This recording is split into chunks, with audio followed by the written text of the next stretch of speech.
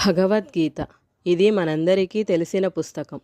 ఈ భగవద్గీతను ఆ శ్రీకృష్ణ పరమాత్ముడు కురుక్షేత్ర యుద్ధంలో అర్జునునికి బోధించాడు. ఈ భగవద్గీత గురించి మనం కొంచెం తెలుసుకుందాం.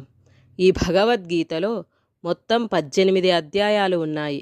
ఆ అధ్యాయాల పేర్లు వరుసగా అర్జున విషాదయోగం 47 శ్లోకాలు, సాంఖ్యయోగం 72 శ్లోకాలు, కర్మయోగం 43 శ్లోకాలు, జ్ఞానకర్మ సన్యాసయోగం 42 శ్లోకాలు, సన్యాసయోగం 29 శ్లోకాలు, ఆత్మ సంయమ యోగం 47 శ్లోకాలు, జ్ఞాన విజ్ఞాన యోగం 30 శ్లోకాలు, అక్షరబ్రహ్మయోగం 28 శ్లోకాలు, రాజవిద్య రాజగుహ్య యోగం 34 శ్లోకాలు, విభూతి యోగం 42 శ్లోకాలు, విశ్వరూప దర్శన యోగం 55 శ్లోకాలు, భక్తి యోగం 20 శ్లోకాలు, క్షేత్రజ్ఞ విభాగ యోగం 35 శ్లోకాలు, గుణత్రయ విభాగ యోగం 27 శ్లోకాలు, పురుషోత్తమ యోగం 20 శ్లోకాలు, దైవాసుర సంపద్ విభాగ యోగం 24 శ్లోకాలు,